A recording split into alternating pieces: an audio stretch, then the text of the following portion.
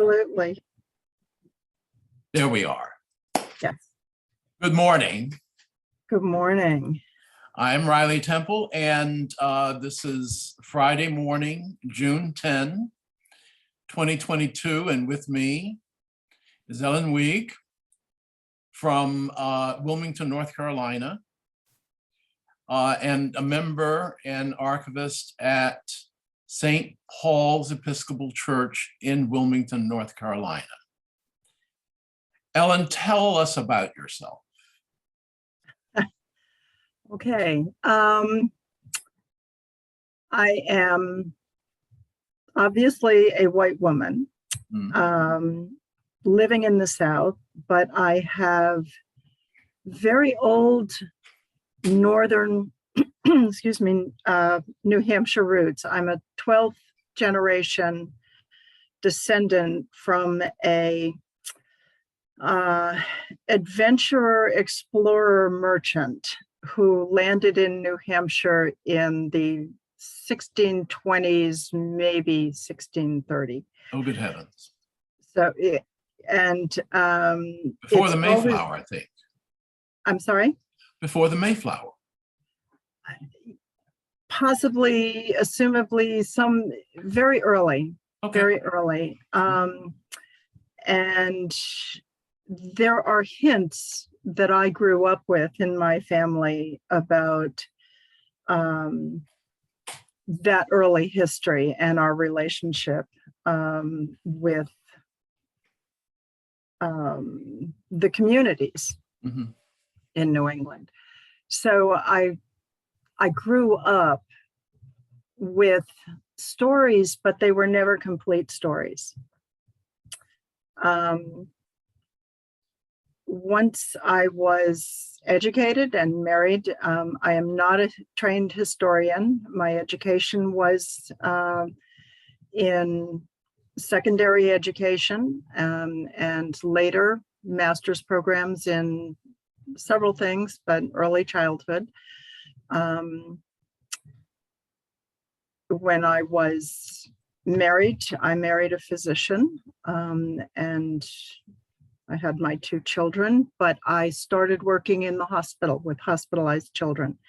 So I am a retired certified child life specialist. I worked in the playroom and with coping skills. And the reason I think that's important to what I'm doing now is that a lot of it involves stories and metaphors and healing. And it's always felt part of me. Can you talk a little bit more about that? Okay.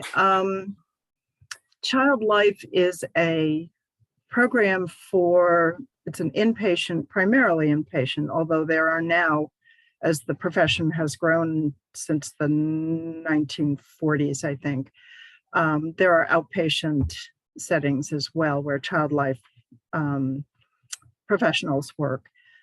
But it's a program that helps children learn about what's happening to them in medical settings and ways that they can cope with them and deal with them.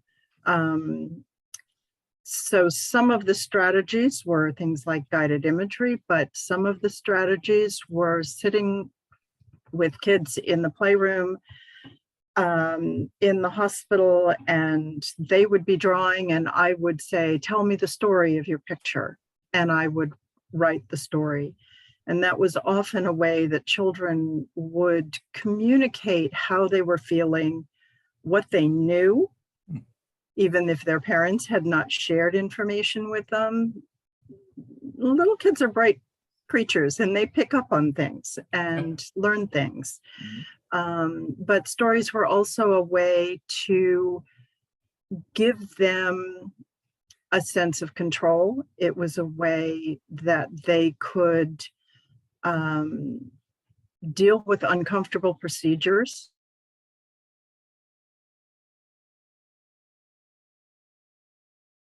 Oh, Ellen, you're timed out here.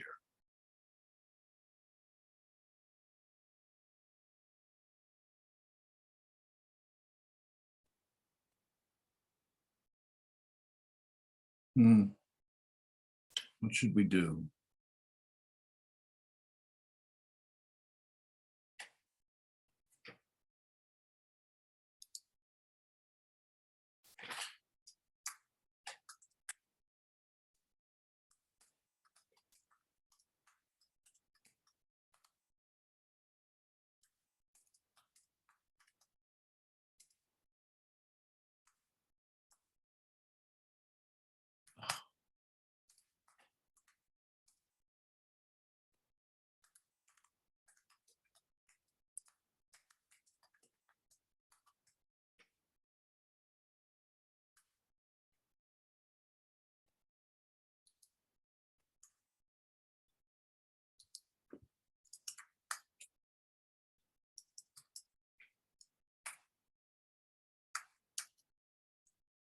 Ellen?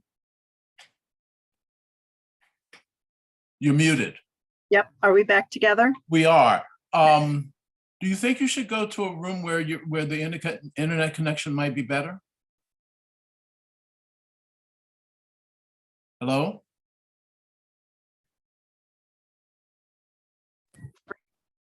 Should you go to another room?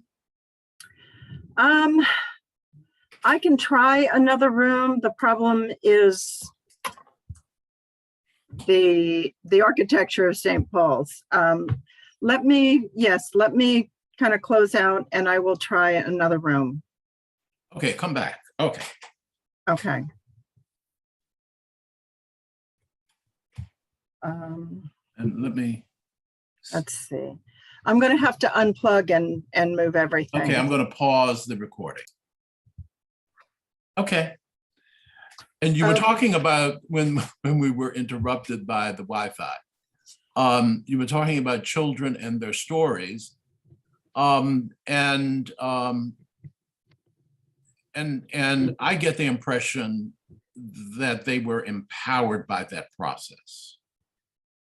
Oh, absolutely. I mean, it was, well, for example, if you think of the children's book, The Little Engine That Could, that becomes a metaphor for a child feeling confident and being able to get through something.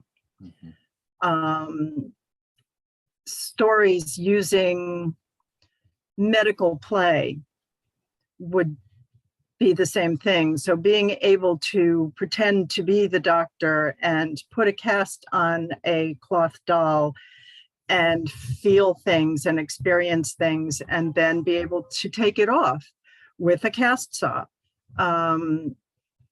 That story and enacting something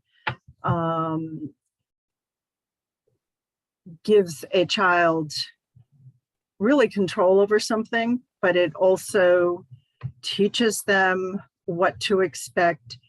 I would talk with moms about pain level and pain control. And I mean, things like, you know, we all go in and get our blood drawn or whatever, you know, for physicals, and being able to understand where a parent's experiences were, and especially as a child. I mean, a parent could sit there and talk about when they were in the hospital as a child, and things have progressed so much since then in terms of how care is provided. But the mom's old fears and old concerns are carried forward and manifest themselves in the way a child reacts, which Interesting. we are learning now is something that is carried forward. Wow. In many ways. Wow. Not even if unstated. Yes. Oh, especially if unstated. Ooh. And being able to relate the story and talk about it gives the parent the control over their own experience and gives them the confidence to be able to move forward and help their child experience something in a more positive. And that's part of the healing for the mom, and it's part of the healing for the child. and it overflows into the medical team, because as they see the learning, but also the control and the taking charge of a parent and a child in a situation, it's sort of the basis of what we call family-centered care now, where the families and the children are an integral part of the team. They are not separate. They are not on the edge of something with the medical team in control. They are part of all of the decision making, and it's their experiences that help the team understand what their needs are and how to move forward. So we are complex human beings. Yes. How does that and that experience in the hospital with stories inform, first of all, tell us what you're doing now at St. Paul's, but how does that experience inform what you are doing, and in some ways put what you're doing in some context?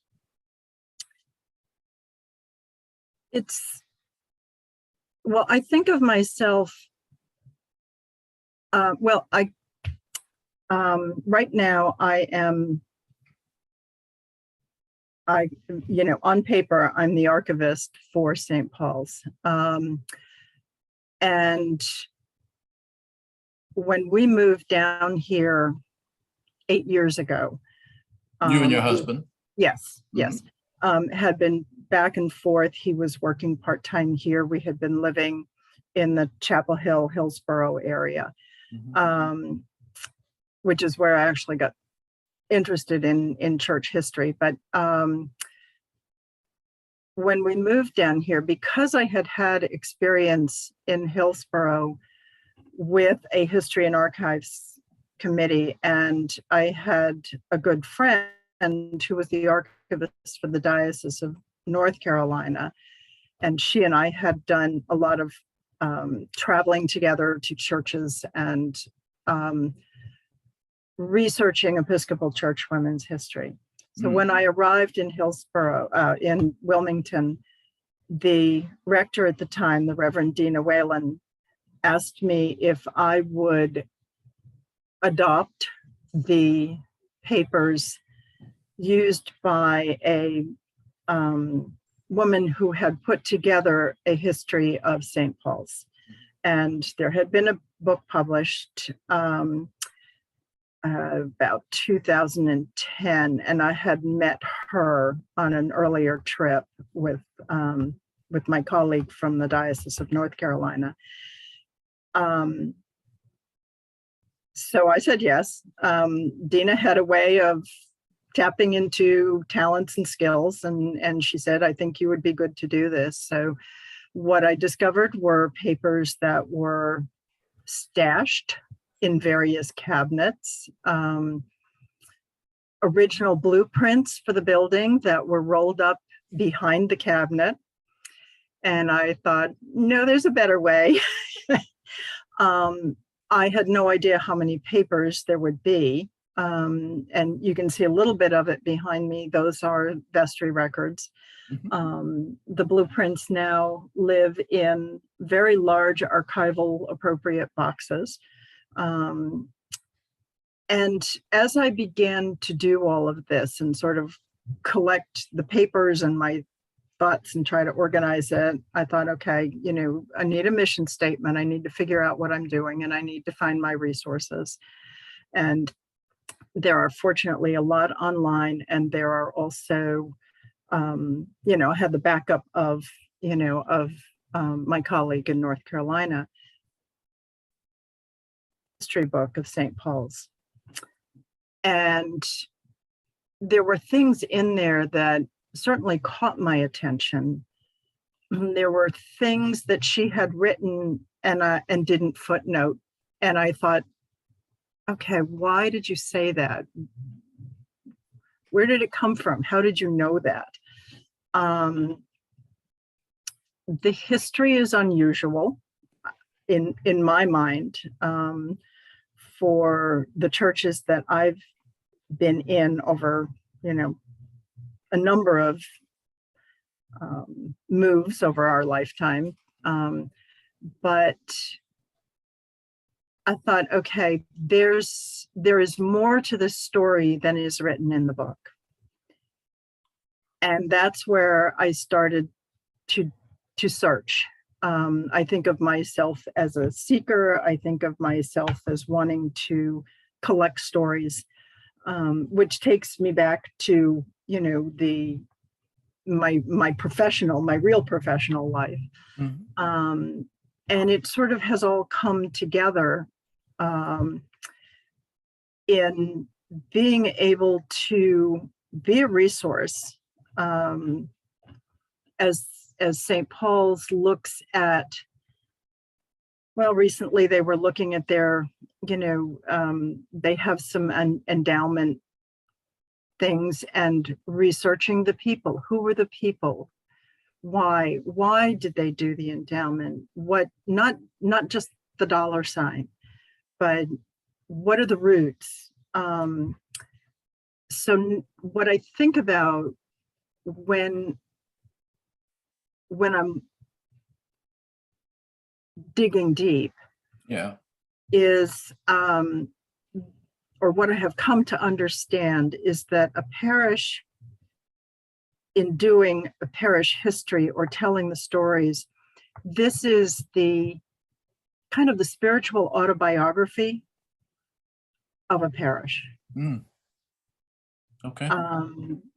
It's who were our ancestral mothers and grandmothers and Mhm. great aunts who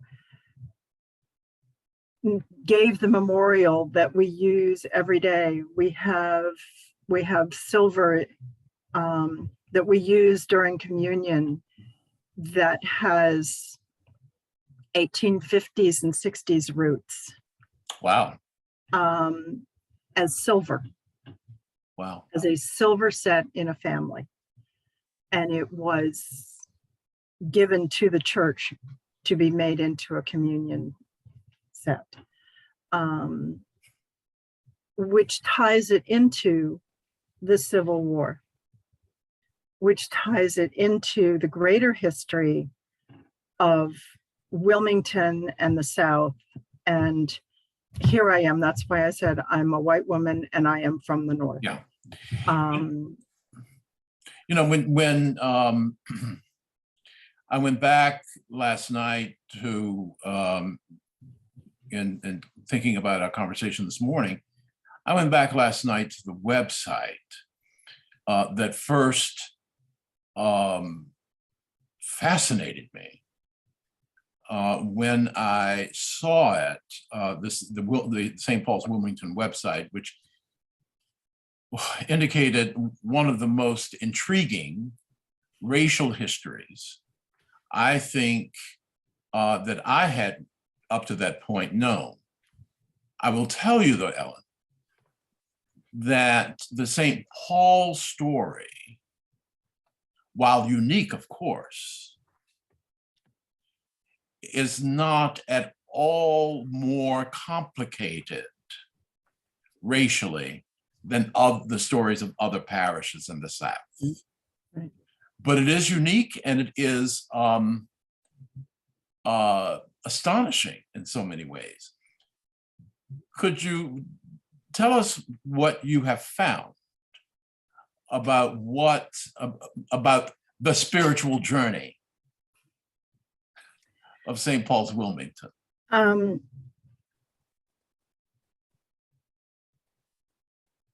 There were beginnings of this in the parish history, that St. Paul's began as a mixed race congregation. Wait a minute, let's back up for a second. I have one question. Yes.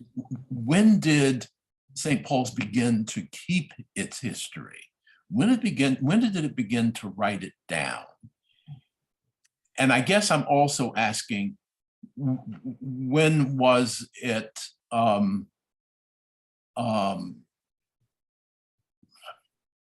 forthcoming Hmm. about its To me- racial history? Um, well, the story, I think the story has its roots in the vestry records from 1858. Okay.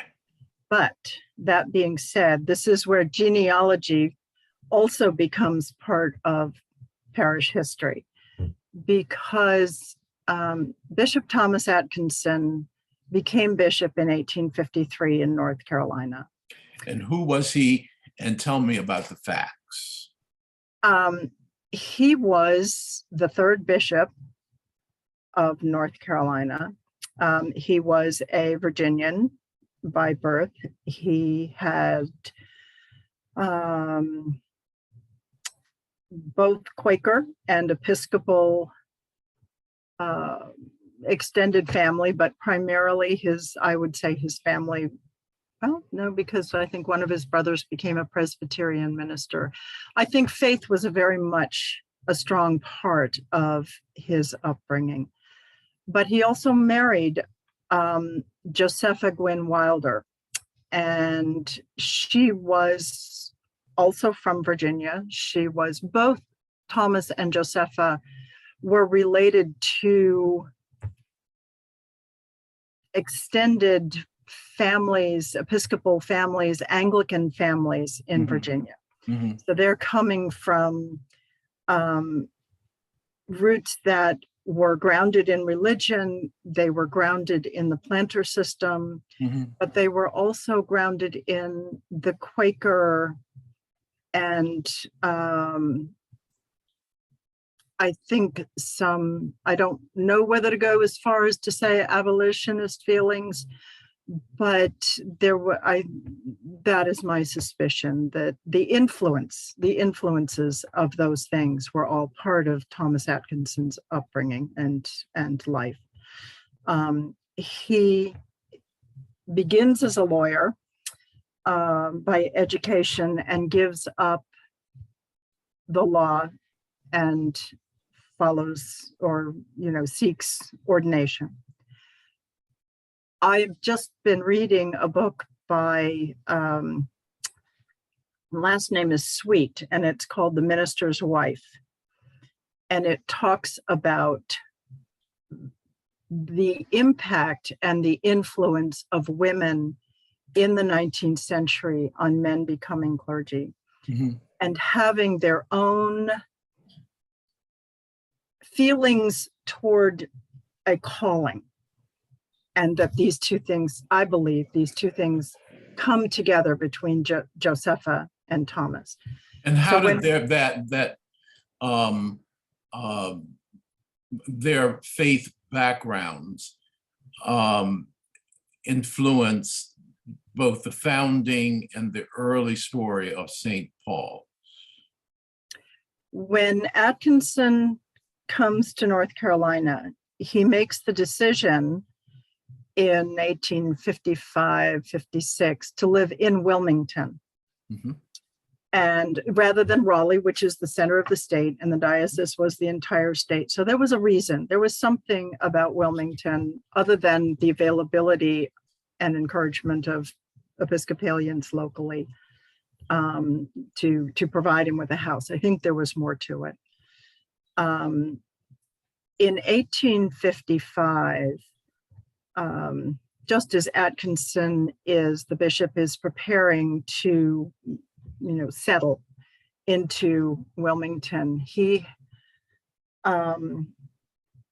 speaks at convention to his clergy, and he calls on them to consider in ministry being able to provide church without having to pay for pews. So free pews, no inheritance, no rent, no ownership. He wants church for there was probably no middle class at that point. So the working class, the poor, but also that meant both white and black. And then he wanted to have services not always in the academic intellectual language that an typical Episcopal Southern service might be. He wanted his clergy to realize that not everybody was that well educated and that services might have to be adapted for them. I think of this all as sort of radical hospitality. Mhm. So when he moves into Wilmington, he lives a couple of blocks from the Episcopal Church in town, which is in the process of building a second church. But in between his and Josepha's home and the Episcopal Church in town, there's a Methodist Protestant church. And this is where I say I think the genealogy of religion here plays into it, because this Methodist Protestant church is an urban church of a rural denomination that is an offshoot of the Methodist Episcopal. It's complicated and I'm still working it through, but it was a failing church. But their beliefs tended to match, I think, Thomas Atkinson's. And they essentially offer him the building. And I just imagine Josepha and Thomas sitting there at dinner saying, this is an opportunity to create a model for the diocese. Now, why did the Methodist Protestant Church give up their building? They asked Atkinson to take it. They wanted to combine with him. Oh, you think so? They were, your theory is that they were intrigued by his egalitarian ideas. They had a very strong Black congregation. Oh, it was mixed, but there was a strong Black congregation. So when St. Paul's organized, wait, hold on for a second. Yeah. Wilmington historically was a seat that had a reputation for having fairly well-to-do, whatever that meant in terms of Blackness, Black population, mm-hmm. Mm-hmm. Many of whom were well-educated and did very well, much in like we think of Tulsa, Oklahoma, or Durham, or Richmond. Mm-hmm. So Wilmington had that reputation. Was the Methodist Protestant Church, to your knowledge, a part of that demographic? That's my suspicion. Okay. I don't have membership names, but of the people who then become members of St. Paul's when it's organized in 1858, officially organized. Mm-hmm. There are Black members. There is a Black choir. Yeah. And there's already a Black Sunday school. And these things, I believe, are carried over from the Methodist Protestant Church. And they were free, apparently. Yes. Okay. Yes, absolutely. Absolutely. The pews were free. The services were at times. I meant they were not enslaved. Oh, no, they were. They were both. They were both. Okay. They were both, because as St. James, the city's Episcopal Church, yeah, was building, but they were, I believe they were quite content to have the servants who were enslaved to the Episcopal families in town be able to go to a separate church and probably the evening service rather than their morning service. Yeah. So they didn't have to deal with the balcony situation. Yeah. Yeah. And the balcony at St. James was for the organ and the choir. Got it. So I think there's a lot of research that could be done I've looked, in doing this, I've looked at the Methodist Protestant histories. There are things I can extract from that, but I think it needs a much deeper look. Yeah. Okay. Is, how that denomination might have interfaced in other places in North Carolina. That I don't know. I mean, it was rural, and there are other rural area Episcopal churches that were growing. So your history on the website alludes to, actually states it, the beginnings at the Methodist Protestant Church and the racially mixed congregation. Right. Then what?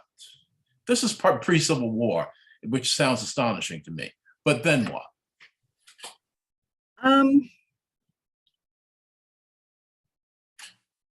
There were members.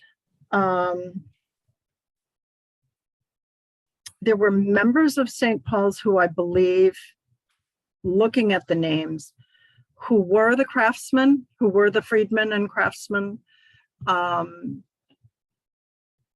When the bishop officially took, and it was a legal transfer. There are deeds for this transfer.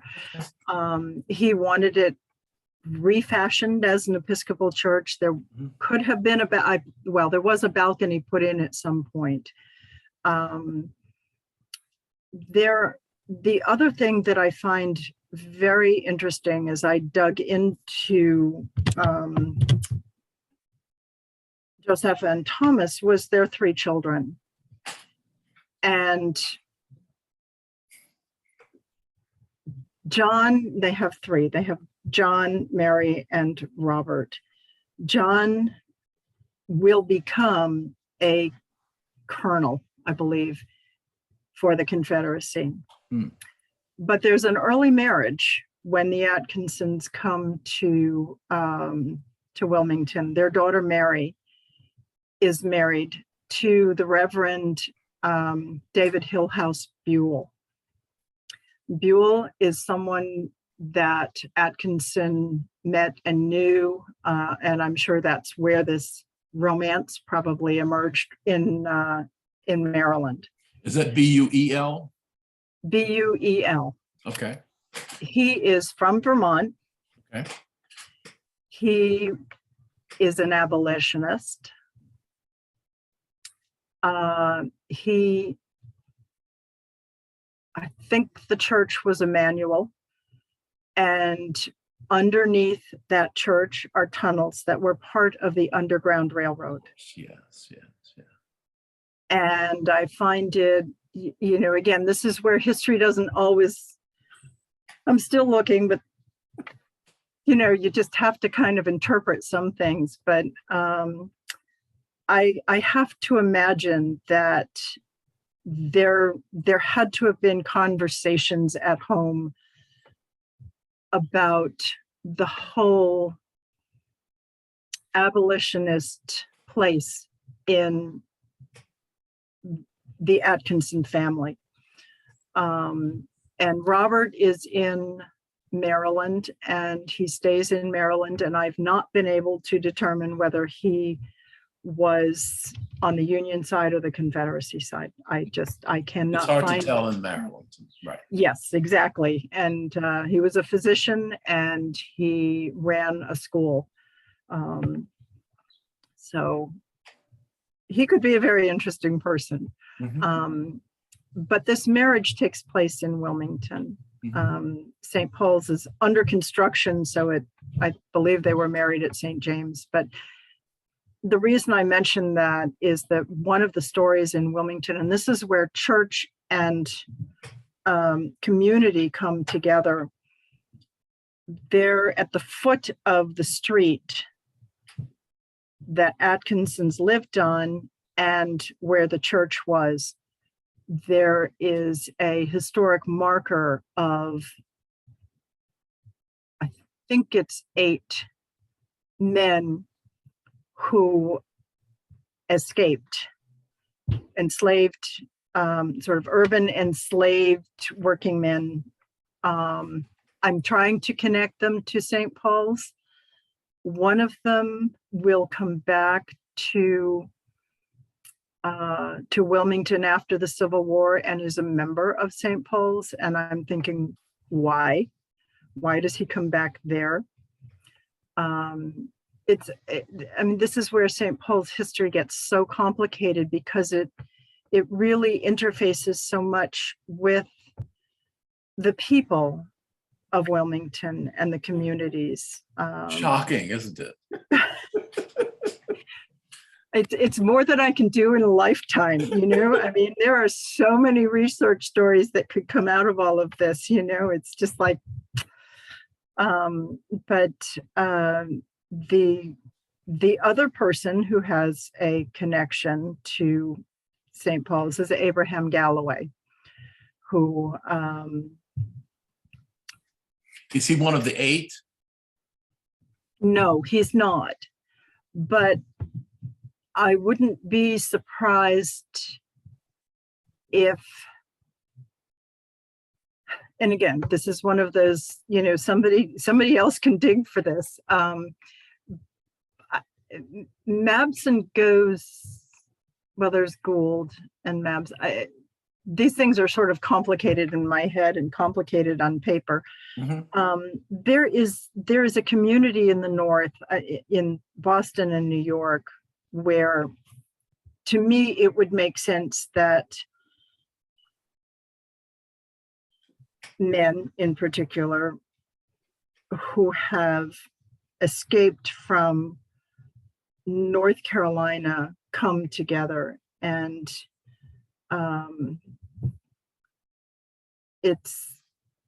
it's not clear to me, but it's a gut feeling that I have that there are relationships and things and connections that are made that sort of overflow back into Wilmington and North Carolina. Okay. So when is St. Paul's completed? Well, open for worship? 1858. Well, as St. Paul's? Yes, as St. Paul's. Okay. Yes. The first services in the building are 1856, the December of 1856. As an Episcopal service? Yes. Okay. Bishop Atkinson and Moses Ashley Curtis, who is The rector. he was the rector of St. Matthew's in Hillsborough in the 1850s. So but he was married to a woman from North Carolina. So they were doing the service just about Christmas time in 1856. The bishop he becomes rector. The bishop essentially is rector of St. Paul's. Okay. He does some services in 1857 that are reported in the Journals of Convention. And then the vestry is formally organized and the church officially begins under the name of St. Paul's in 1858. Okay. But by the time the Civil War is starting, the white population of Wilmington is leaving because of fears of related to the Civil War and yellow fever. So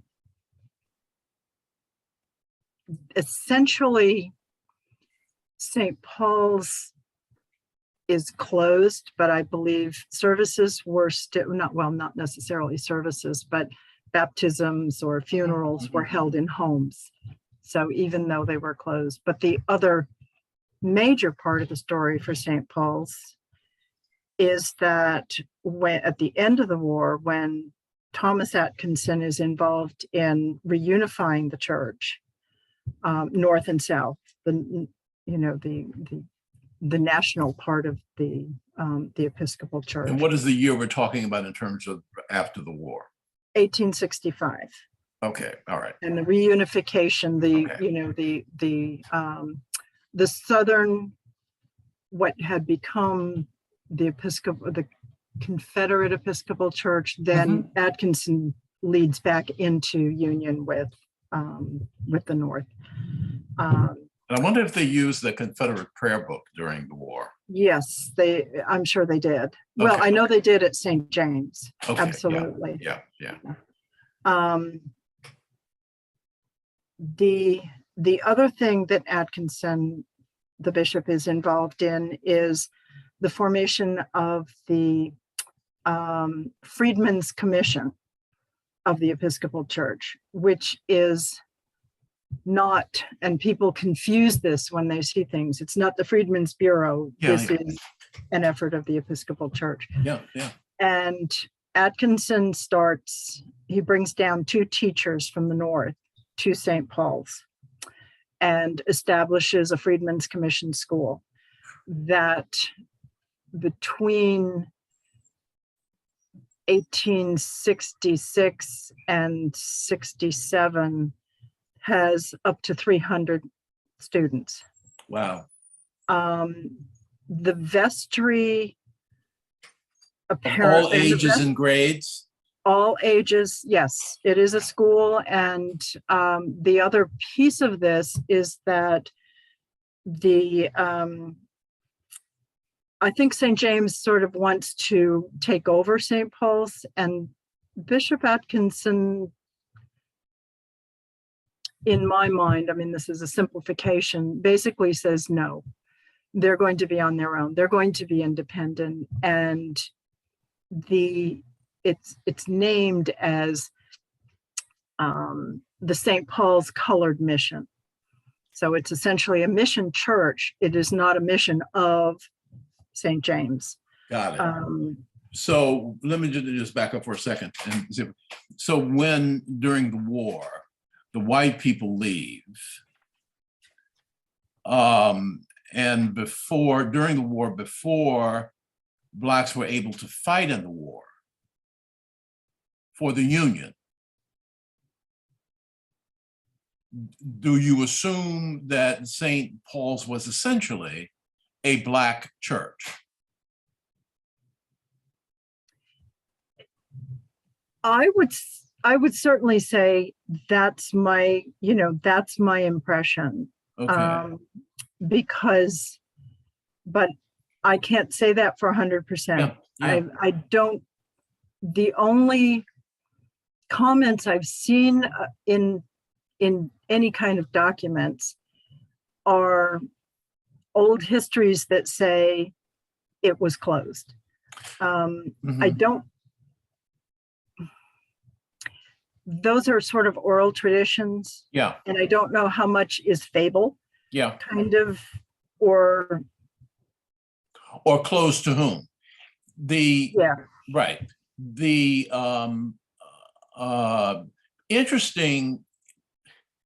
intriguing to me would be the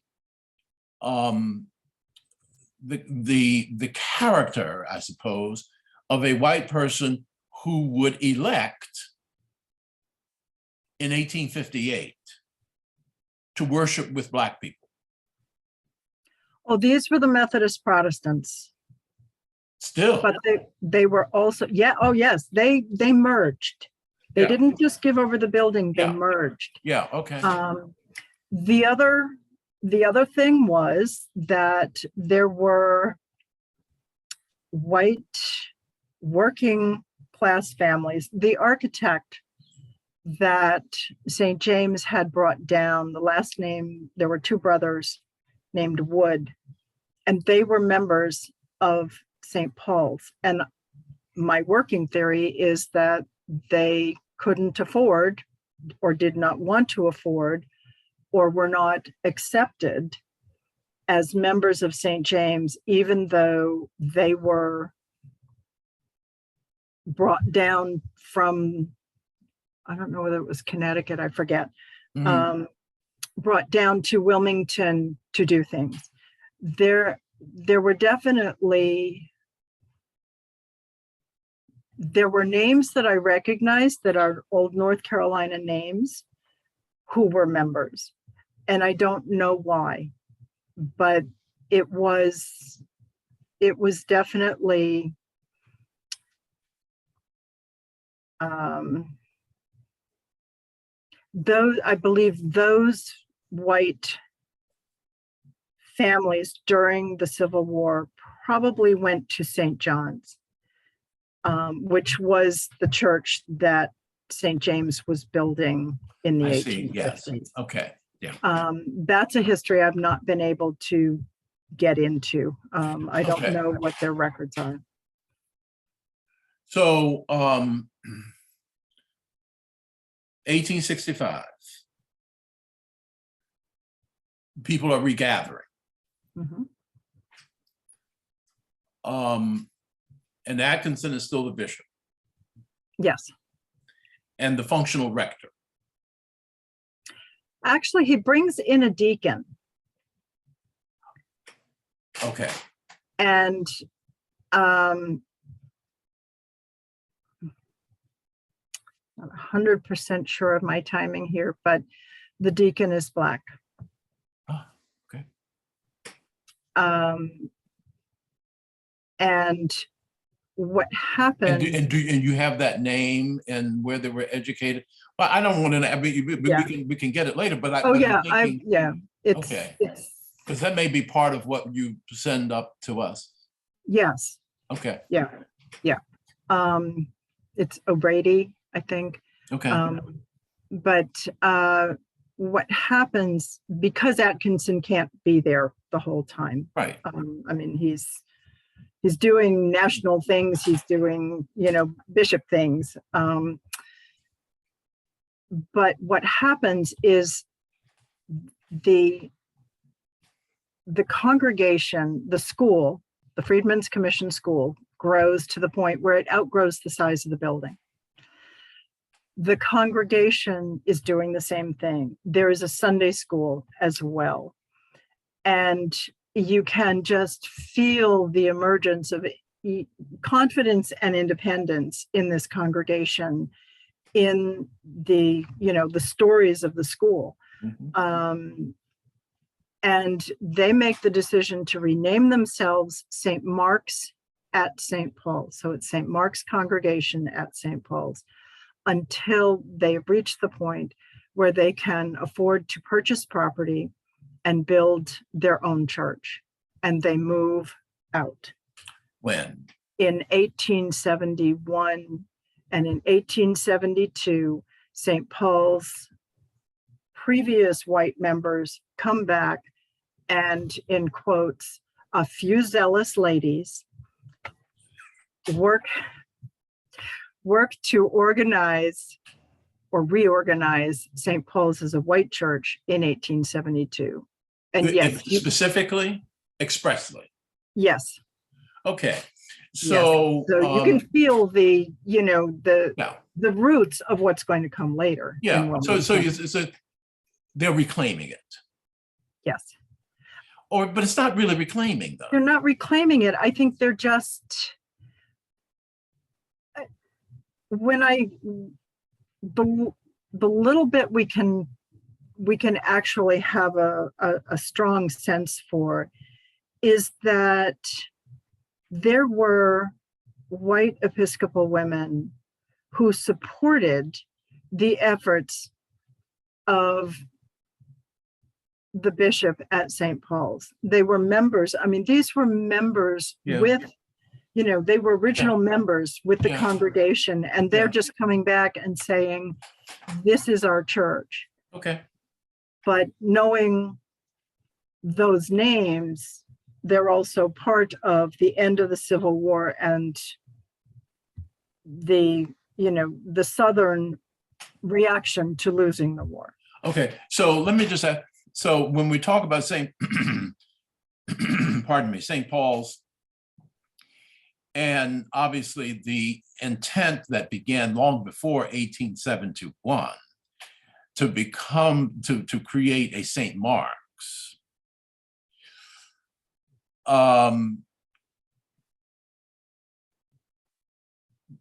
First of all, does St. Mark's still exist? Yes, it does. Okay, but I'll get back to this for a second. Yeah. So is the St. Mark's become a mission church? What's the that's not the question. The question is, what is the ongoing relationship at that point between St. Paul's and St. Mark's? That's the question I think I need to ask. I don't think there was any. Okay.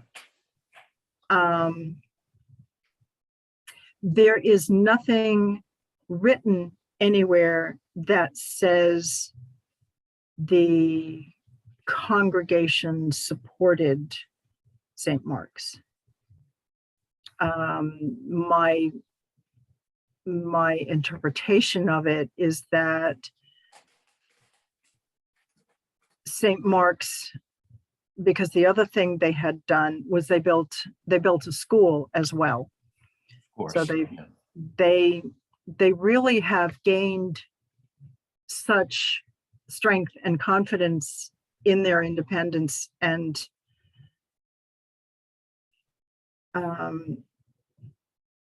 I mean, I look at it as they did not want to be, associated in a white congregation. They needed their own independence and space. That wasn't unusual. Sacred space. Actually. I'm looking for my notepad here because I'm going to spend some time looking at St. Mark's. St. Mark's is about to, and unfortunately it's this Sunday and I had a prior commitment. They have been looking at their history. Of all the churches in Wilmington, there is not, and it's something it's my wish list, my bucket list thing is, there's not connective tissue to look at our histories together. I mean, I see us in relationship, but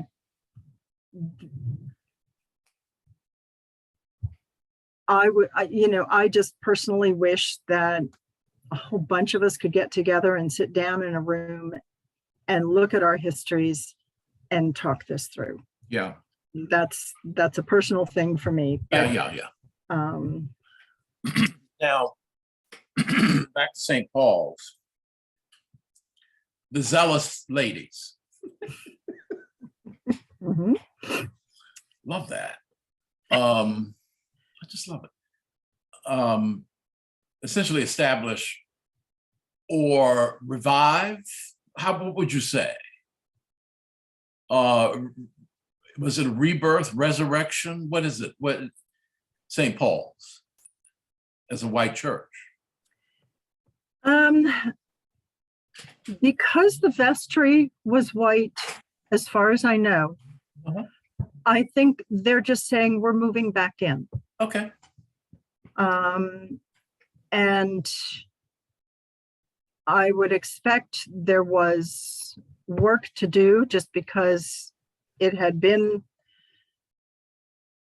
nothing would have been done to the physical building since before the war. So part of that reorganization was not just being able to go back to worshiping there, but they would have to find a rector. They would have to find, I see, whatever repair, with 200 to 300 people going through this building every day. There was probably work to do. There. What was, do you have photographs of that edifice? No. I keep looking. No. Okay.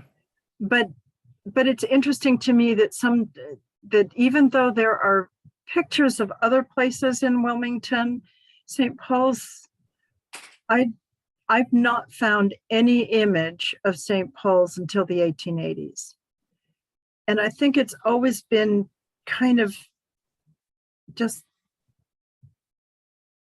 I don't want to say not acknowledged, but just kind of, it doesn't appear always in the histories, or if it does, there's not much about it, when you look at a history of Wilmington or something like that. Yeah. So, I'm just thinking that with education, subsequent to the Civil War, was the number 2 desire of newly freed slaves. I found this out, for years I served on, I've taken a year, so they have given me a cooling off period because I've been on the board of the Foundation for the National Archives for 19 years. And so I had too many terms, and they want me to stand off for a year and then come back because they redo the bylaws. And I'm thinking that I won't, but I just love the work so much. While I was there, we had some volunteers to go through the Freedmen's Bureau records and to chronicle them and to put them in some semblance of order. And what they say is that the most desirable result of becoming free was, 1, to solemnize marriages. Number 2, education, to become literate. Mm-hmm.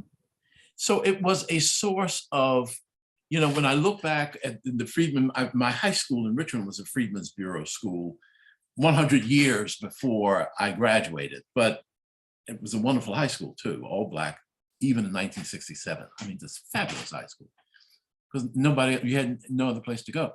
But the photographs of the graduates were so elaborate and a sense of pride to have this diploma.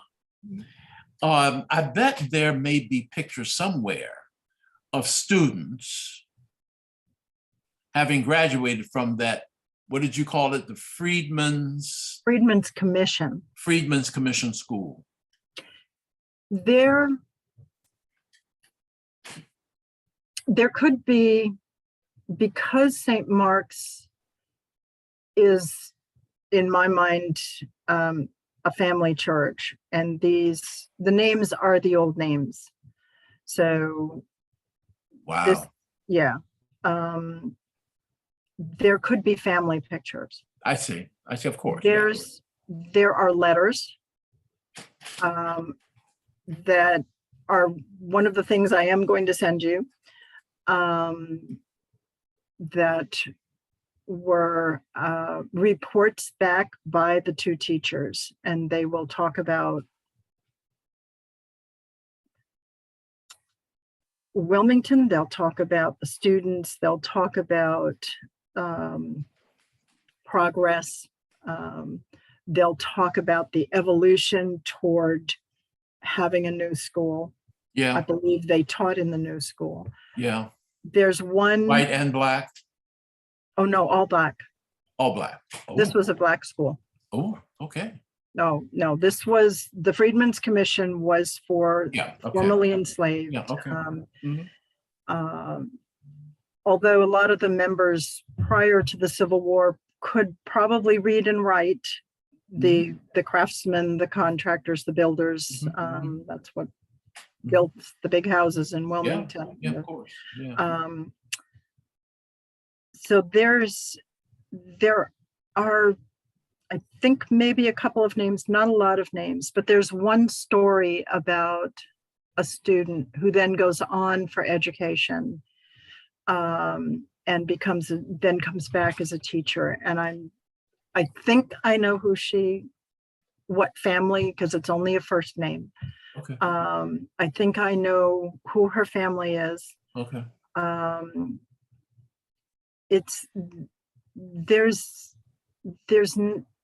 won't say there's not documentation and there aren't letters and pictures. It's just those are the digging deeper things that are waiting to be done. Yeah. All right. So let's go back to St. Paul's. Yeah. And the zealous ladies. How they're successful. Oh, yes. Yes. Talk to me about the level of their success. Well, St. Paul's, just like I say, it just becomes another Episcopal church. It is probably more a working class church. Membership is working class. As opposed to St. James. As opposed to St. James. There are many efforts, many times over and over, and this is all in vestry records, needed repairs and things like that. These women are doing the typical organizational things, Sunday school and what all. Because the church is just a church building on a corner, there's no gathering place. They are able to acquire a building for a rectory.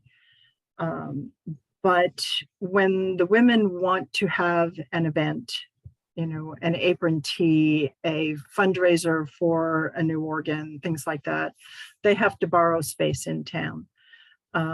So I believe it's probably a room in a Masonic building, a lot of Mason relationships going on. Or they borrow the St. James parish building. But sometimes it's hard to tell whether it's just the women of St. Paul's or whether it's the Episcopal women in Wilmington who get together and do some of these things. But they really want to have a parish building, a space, a gathering space, what I call a gathering space. And it eventually will lead, after the turn of the century, to a move to the streetcar suburbs, which is where we are now. We're in. Well, I love that term. I'd like you to talk about that for us. Well, let me just go back for a second. How long after the success of the zealous ladies with St. Paul's, do they stay where they are?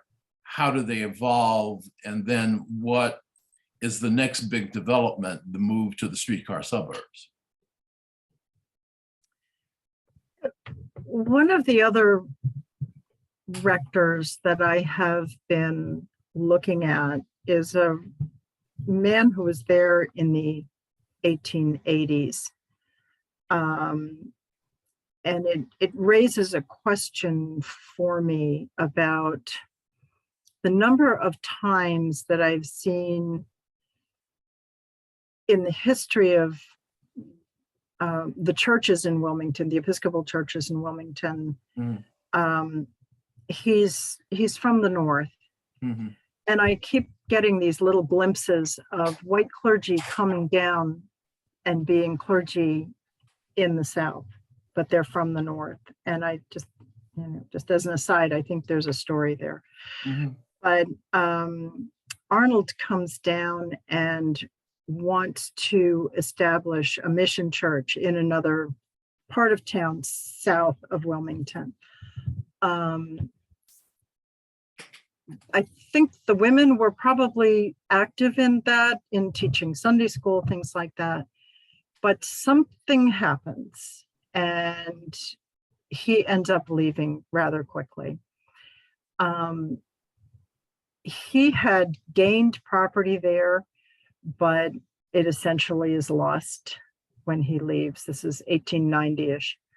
And it's after that that these women, I think, begin to feel much more strongly about wanting to be a more established presence and church.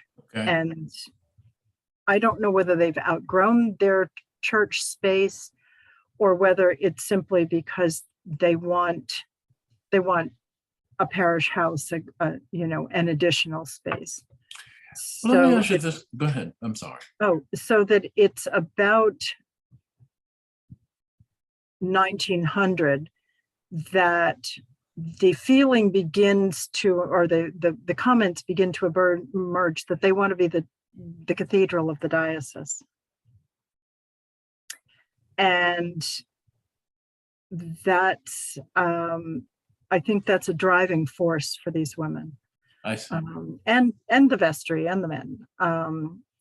But that is the thing that really precipitates the move out to the east of town into, as Wilmington is growing and, extensively, and a middle class is emerging. Mhm. And the streetcar is going from the city to Wrightsville Beach, where all of the homeowners in Wilmington have summer homes, Yes. and the servants that work in these big homes live there and take, it's just all of a sudden the world has expanded.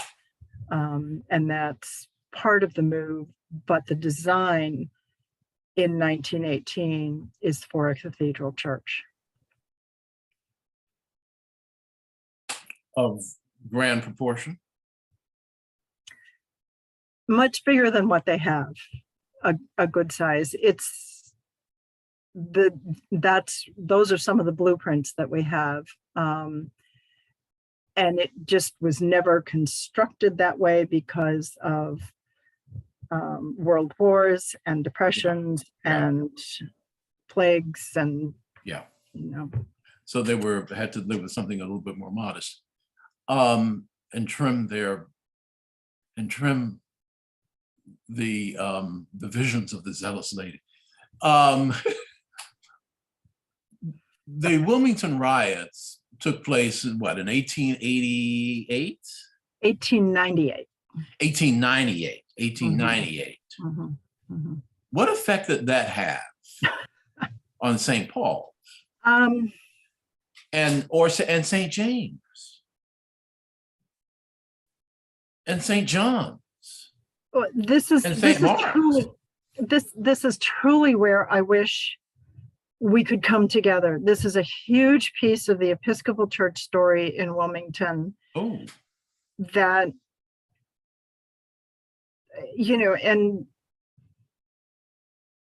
and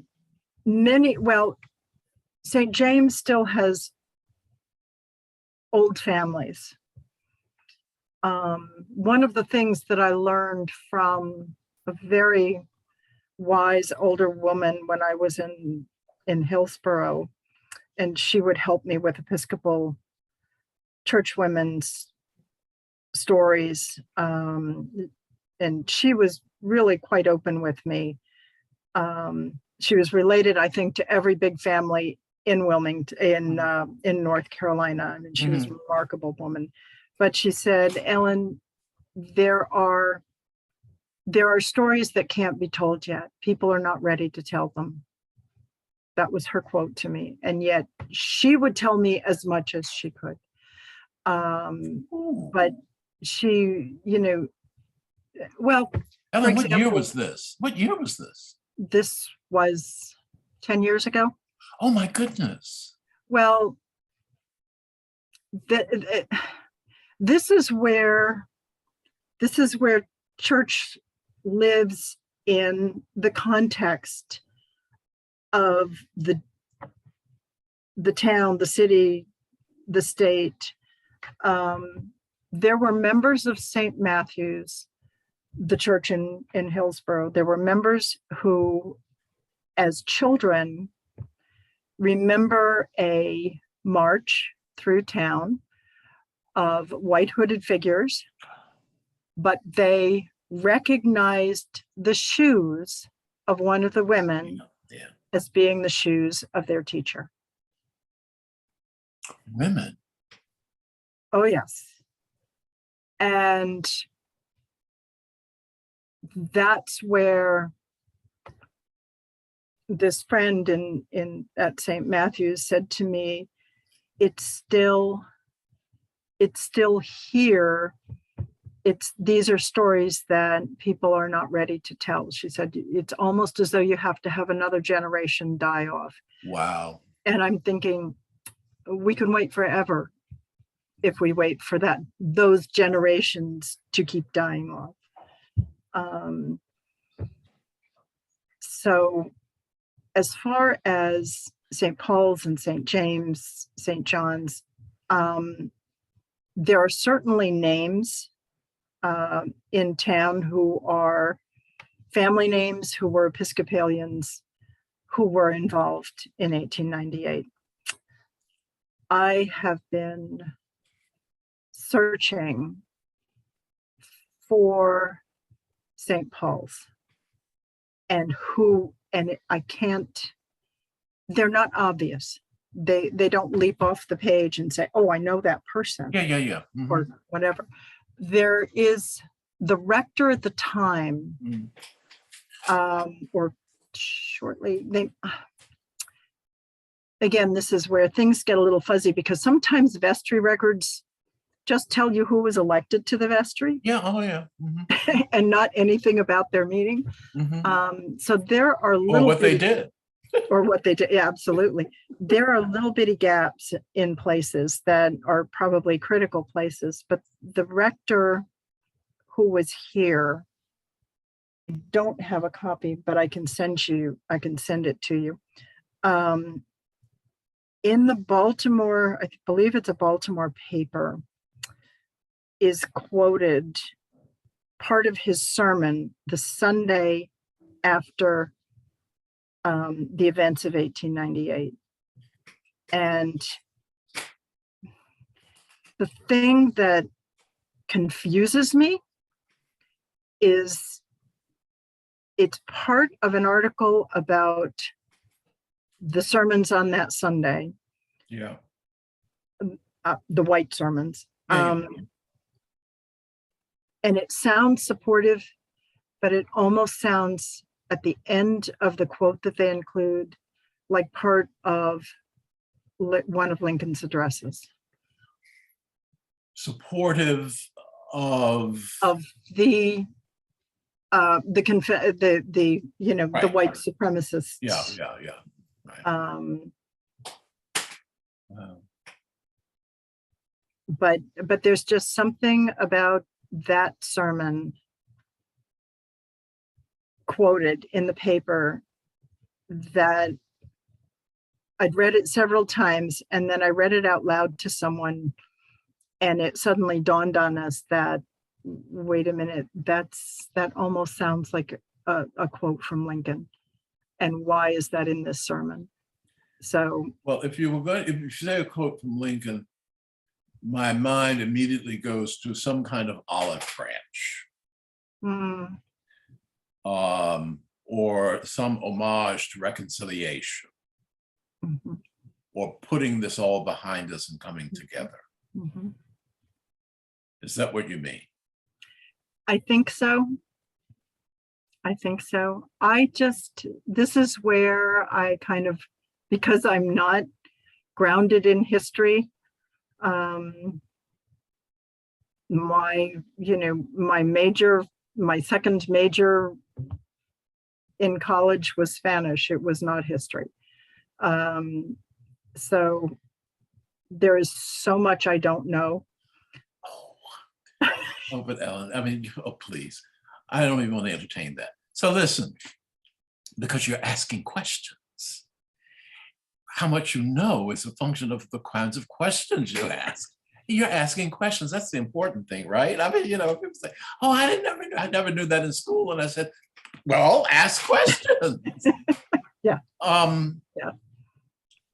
So what happened? Okay, St. Paul's decides to move the church or abandon the building, build the church in the Streetcar suburbs? Yes, and yes. Churches all understand this. Repairs take money. And how many times can you repair over and over and over again? And that's when the women decided, we really want it to be, we would like a church, we would like a rectory, and we would like a parish hall. And they start to collect money. And so the original building is, and property is sold. It is deconstructed because in 1888, they had installed some absolutely magnificent Charles Booth windows. Oh, So those windows, again, the women took them out, wrapped them, stored them until a new church could be built on a new site. And as still I said, have those windows? oh yes, the windows are one of the remarkable stories, because when the building on the new site was constructed, it, for whatever structural reason, did not last as long as they wanted it to. They had built the parish hall in the 1920s, so that was the first building. Between the time, I'm trying to think, I think the old building was probably sold around 1910, 1912. Those windows were taken out and stored until about 1914, 15, when this second little church was built. A parish hall was built, a large building was built in the 1920s. These were basically designs influenced by Ralph Adams Cram, who was a Boston architect who was quite well known at the time. When the church building was built in our suburban site, and this was, the bishop was also pushing to have St. Paul's move out into the suburbs, because there was a whole brand new population of middle-class people. So in a way, it began anew. St. Paul's is very much a survivor kind of church. The windows were installed in the second building. When that failed, maybe 25 years later, they were taken out again. Mhm. They were wrapped and stored for 20 years. Wow. And then when our present church building was constructed, those windows went into that building, our present building. Now, your present building is, I gather, is an architecturally significant building. That's because it is the design of a cathedral. We don't have the tower out in front. That's the piece that's missing, that, was I will say, the financial change. I mean, Wilmington had a significant financial hit in, I think it was the 1960s. Yeah, when the railroad moved, a corporation moved out. So there, economically, there have been, all through the 1900s, there were reasons why we couldn't do quite what the dream was. But it is a Gothic revival building, really lovely. It's my church, I'm going to say that. But it was, the influence, I'm sure, came from the designs that were sent. There were sketches that I was able to confirm being sent as cathedral sketches from Cram and Ferguson in Boston. Mhm. So it was meant to be the cathedral church of the diocese. It never became that, I think, primarily because, it was one of several Episcopal churches at that point, including St. James, which was the old Church of England rooted church in town, but also because the diocesan offices moved to a more central location in the state. Where's the seat for the bishop of the diocese? Kinston, which is a small, smaller Yeah, I know Kinston. town to the north of us. Yeah. Now, you spend the larger portion of the 20th century, 40s, 50s, 60s, in what you now call, what you refer to at that point being the suburbs. I assume that they are no longer, that you're no longer suburban. Is that right? We're not suburban. The areas that we moved into, even, in the 19 teens, were developments, purposeful developments, Yeah. with restrictions. So they are white only Mhm. neighborhoods. Mhm. They are no longer white neighborhoods completely. The homes tend to be not as grand as the big houses in the city, but they are architecturally, they are not suburban homes. Got it. So in that regard, no, we're not. Okay. When I think of suburban homes, I think of cookie cutter developments, right? No. No. We actually, this area has become, a number of years ago, was designated as a historic overlay district. So Oh, fabulous. they extended the historic downtown district to include us. When did I notice, by the way, when I'm watching services, that there are people of color in the congregation? Mhm. When did that start?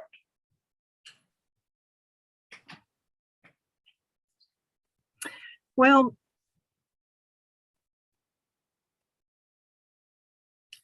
I'm not, I don't know.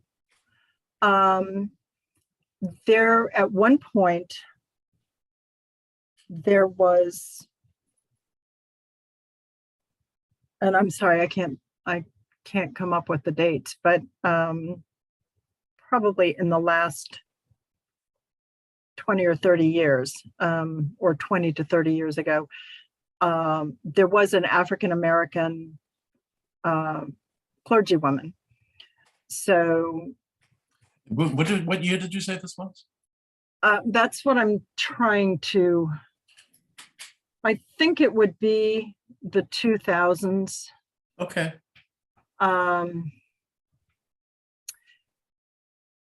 It's, I can't say when, but my suspicion is there probably have never been, there's never been a strong presence, but I can't say there's been times, well, I can't cite times when there would be specifically only a white congregation. Right. Certainly, once the church moved to this site, it would have been all white because we were where it was, the area was a restricted area, and advertised as such. Advertised as such. Oh yeah. Restrictive Totally. covenants, I think, were outlawed as were deemed to be unenforceable. They can't come out of deeds because that would put clouds over many titles. Mm-hmm. And courts are very wary of removing clauses or information from deeds. So the courts have deemed them not enforceable.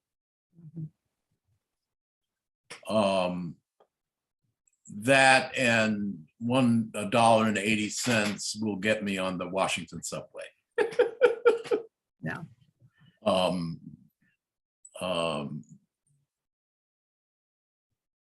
It's been a struggle, I think, for St. Paul's in, well, I should say there, over time, as I look at patterns of, that emerge from history, and thinking about the 1960s and 1970s, the other rector that I have been researching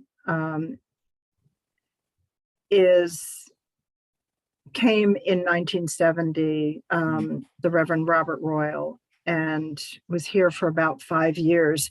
This was the period of time in Hillsborough, obviously, the 60s, desegregation, integration, but a huge impact on Wilmington was the closure of Williston High School. And Williston was a historic post-Civil War school that had become really one of the recognized Black high schools in the state, and had a reputation for an enormously strong sense of community with parents and teachers and collaborations and sports teams that were winning. I know it. And it was closed, dramatically closed. As part of this. And the parish hall had been originally built as a school building, and classrooms and a stage and all of this. Royal he was very much, I've been told he was very much a social, sort of wanting to be social gospel, wanting St. Paul's to be a social gospel church. A progressive theologian. Yes, he was gay. He had gone into seminary and studied after a number of other things in his life. He was very theatrical, established a theater group here. Or maybe, as someone said to me one time, Riley, but you're tremendously homosexual. Well, there are hints, perhaps, in, depending on who you talk to in Wilmington. Again, there's a great deal of respect in all of this, but he tried to do tutoring here.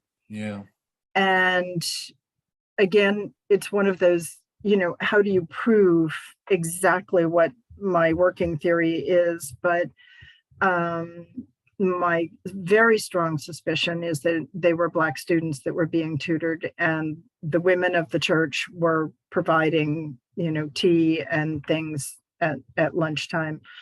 And then there was grist with the vestry. Of course.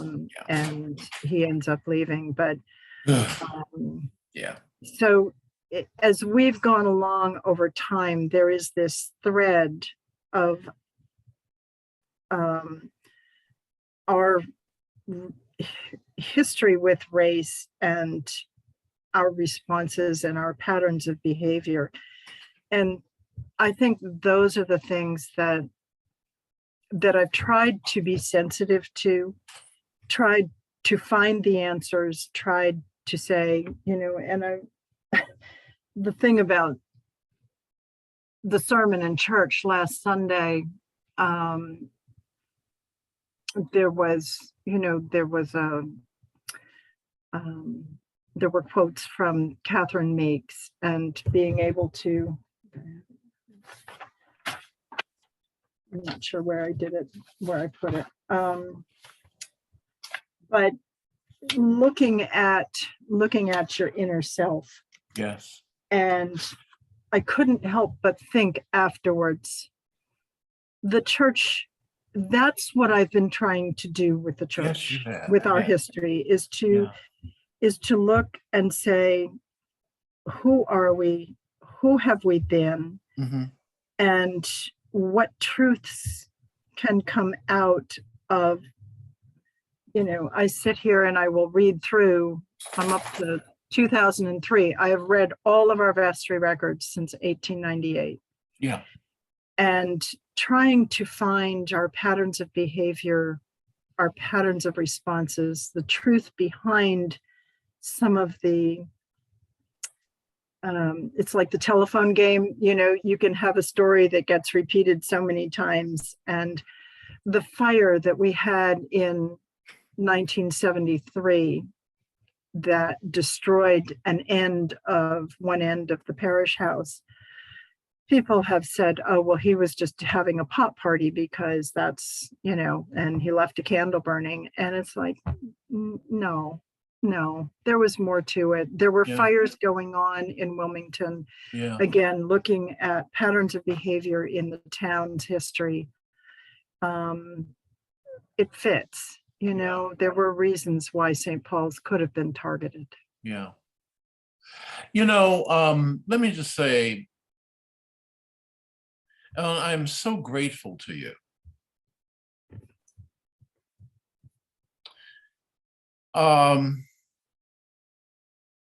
After you indicated to me that that I should listen to Caleb's sermon, and I did with great relish, and he asked the question, how is the Holy Spirit working its will in this church? Asked another way, how is the Holy Spirit working its will among us? How is the Holy Spirit working its will in me? You and I will not see the day when our efforts, now planted, God willing, begin to flower. Mm-hmm. Mm-hmm. People say to me, well, you're interested in, your goal is to tell the story of Black Episcopalians. And I said, yes, but in order to tell that story, we have to tell the whole story. We can't get to where we need to be if the church at large says we have to deal with racial reconciliation unless we know the full story. How we got to where we are. Oh God, I thank you for timed out again.